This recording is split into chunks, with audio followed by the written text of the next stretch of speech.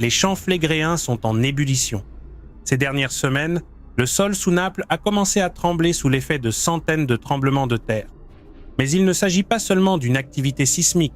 Le sol s'élève, le magma s'avance, et l'histoire pourrait se répéter.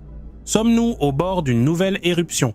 Ce que vous êtes sur le point de découvrir pourrait changer votre perception de ce paisible coin d'Italie.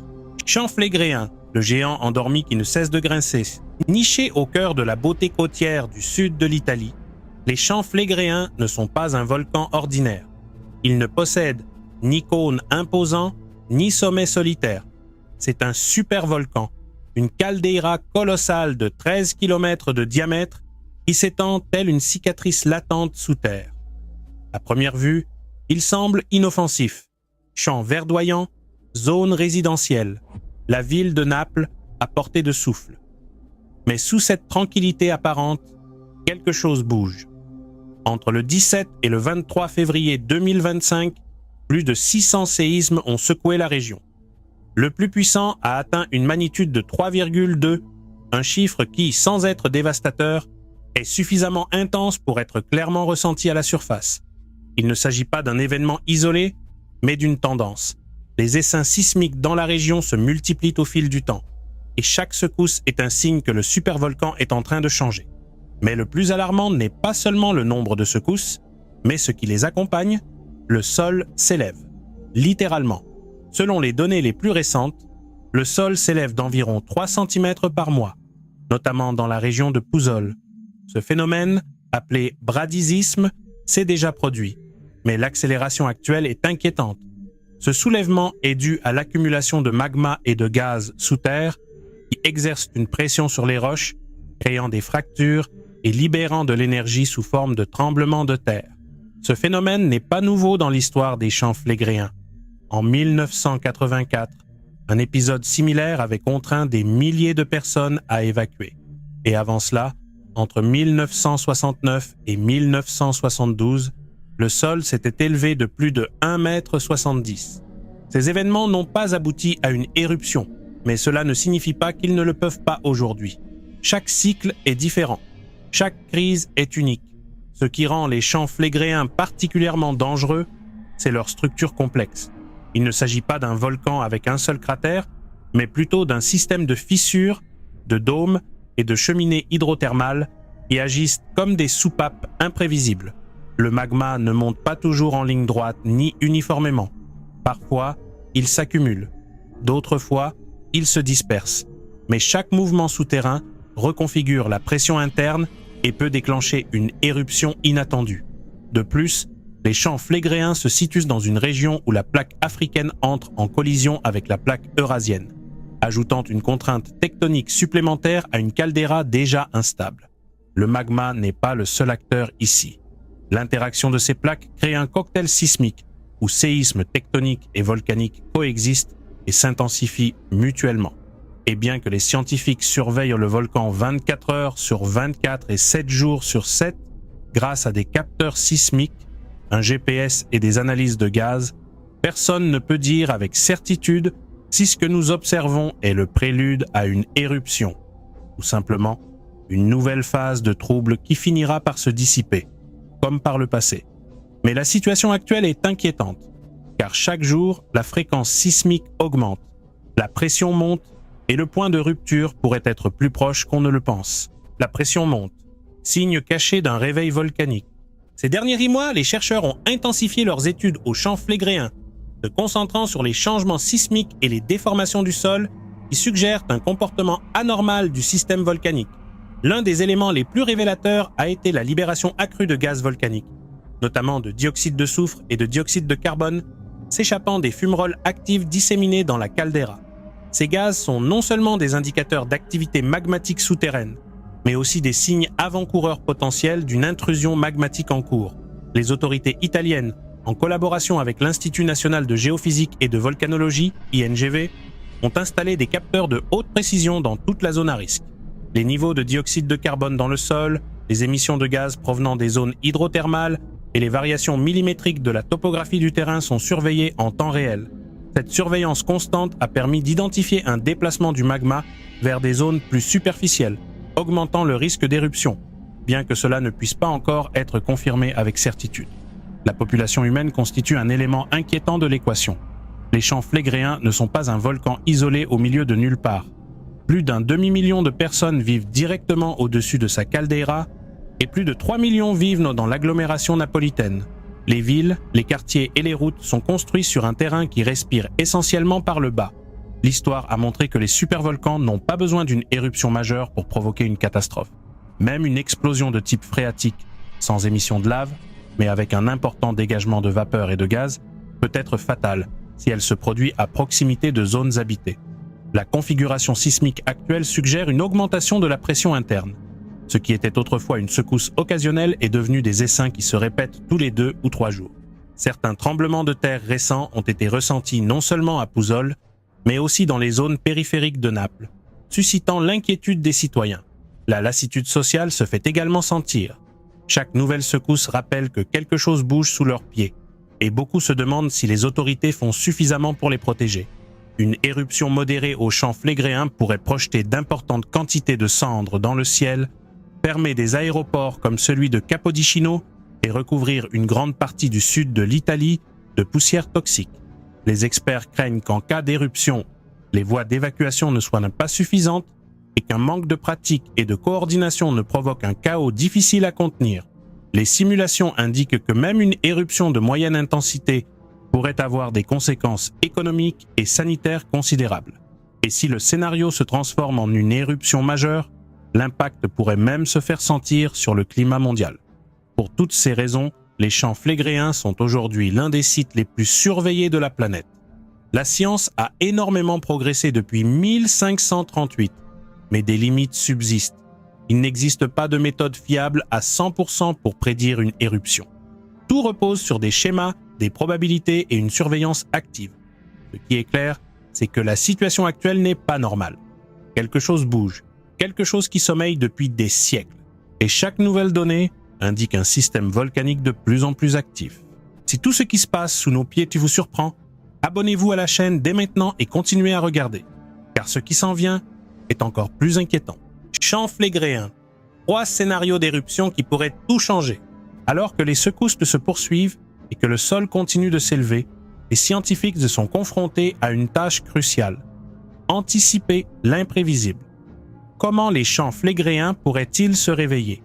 Et quelle serait l'ampleur de ce réveil?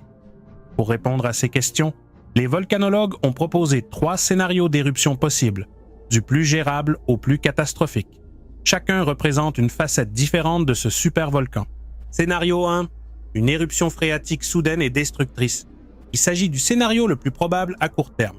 Il s'agit d'une éruption phréatique ou phréatomagmatique, déclenchée par le contact des eaux souterraines avec une source de chaleur extrême, comme du magma ou des roches très chaudes. Il en résulte une explosion de vapeur qui propulse roches, cendres et gaz à grande vitesse. Ce type d'éruption ne nécessite pas nécessairement de libération de lave, mais elle peut être mortelle pour les zones avoisinantes. Elle pourrait se produire à Pouzzoles, Solfatare ou Pisciarelli, où des émissions de gaz et de chaleur ont déjà été enregistrées. L'onde de choc d'une explosion phréatique pourrait briser des vitres, endommager des toitures et projeter des projectiles à des centaines de mètres. Son estimation serait difficile à prévoir, car elle ne dépend pas exclusivement de la remontée du magma. Même localisée, une telle éruption pourrait forcer des évacuations immédiates et causer des dégâts importants aux zones habitées. Scénario 2. Éruption magmatique d'intensité modérée. Lave, cendres et chaos dans le sud de l'Italie. Un deuxième scénario implique une éruption magmatique, comme celle de 1538, lors de la formation du Monte Nuovo. Dans ce cas, le magma remonte à la surface, accompagné de tremblements de terre intenses, d'émissions de gaz et d'une déformation visible du sol. L'éruption ouvrirait probablement une nouvelle cheminée volcanique dans la caldeira, crachant de la lave, des cendres et des gaz volcaniques. Bien que les coulées de lave progresseraient lentement, les cendres constitueraient un problème majeur. Selon le vent, elles pourraient atteindre Naples et paralyser le trafic aérien dans une grande partie du sud de l'Europe. Des zones comme Bagnoli, Fuorigrotta et certaines parties de l'ouest de Naples seraient les plus vulnérables. Les autorités devraient évacuer des centaines de milliers de personnes en quelques jours, voire quelques heures. l'économie locale s'effondrerait temporairement, le tourisme disparaîtrait et les hôpitaux et les services publics subiraient une pression sans précédent. Scénario 3, éruption explosive de grande ampleur dure le retour d'un supervolcan. Il s'agit du scénario catastrophe. Une éruption explosive de grande ampleur, semblable à l'Ignimbrite campanienne d'il y a 39 000 ans, a modifié le climat, affecté la population humaine en Europe et créé une partie de la caldeira que nous connaissons aujourd'hui. Si une telle éruption se produisait aujourd'hui, les conséquences seraient mondiales. Des nuages de cendres obscurciraient le ciel pendant des semaines, une baisse de la température mondiale de plusieurs degrés et un effondrement de l'agriculture dans plusieurs régions de l'hémisphère nord.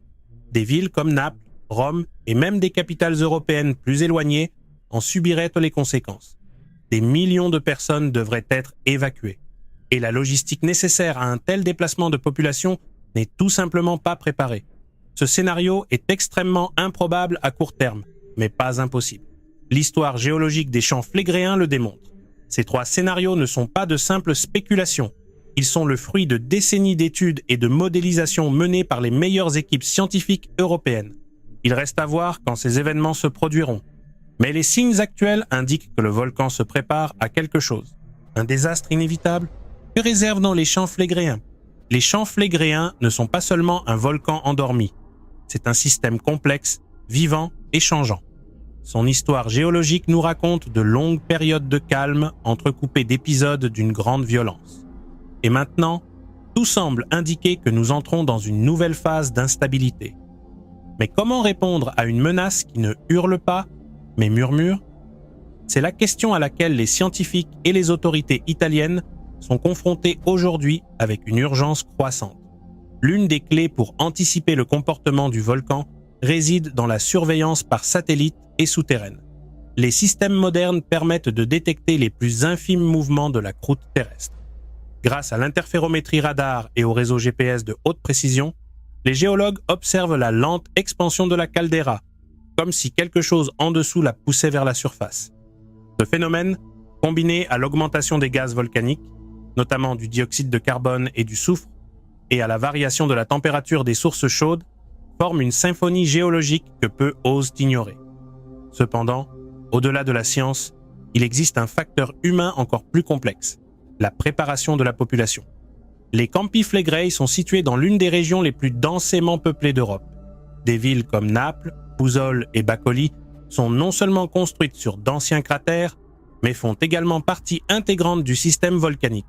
Une catastrophe potentielle affecterait donc non seulement les habitants du pied du volcan, mais aussi des millions de personnes qui dépendent d'infrastructures d'eau fragiles et facilement effondrées. En cas d'éruption majeure, les conséquences économiques seraient également considérables. Le tourisme, l'une des principales sources de revenus de la région, serait immédiatement paralysé. Les liaisons aériennes vers le sud de l'Europe seraient suspendues. Les hôpitaux, les réseaux électriques, les réseaux d'eau et les télécommunications seraient menacés d'effondrement. Sans parler du traumatisme psychologique de milliers de familles qui pourraient perdre leur logement en quelques heures. Face à cette situation, les autorités italiennes ont activé des protocoles d'urgence. Des plans d'évacuation massive, des exercices publics, des systèmes d'alerte précoce et des cartes des risques actualisées sont en cours d'évaluation. Mais un dilemme demeure. Comment tenir la population informée sans semer la panique? Et comment garantir le respect de ces mesures dans une société habituée à vivre avec des menaces sans les prendre pleinement au sérieux? Bien que de nombreux médias aient déjà commencé à parler d'une éruption imminente, les scientifiques appellent à la prudence.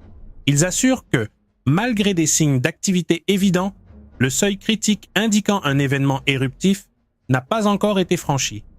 Il est clair que la surveillance doit être intensifiée et que le public doit être activement impliqué dans la prévention. Les champs flégréens pourraient se rendormir. Ils pourraient se calmer d'ici quelques mois, mais ils pourraient aussi se réveiller comme par le passé, sans avertissement et avec une force qui transformerait à jamais la géographie du sud de l'Italie. S'abonner à cette chaîne vous permet non seulement de rester informé, mais aussi de mieux comprendre les risques qui pourraient changer le cours de l'histoire. Partagez cette vidéo avec ceux qui ne saisissent pas encore l'ampleur de ce qui pourrait arriver en Italie et restez à l'écoute des révélations scientifiques semaine après semaine. À bientôt pour la prochaine vidéo.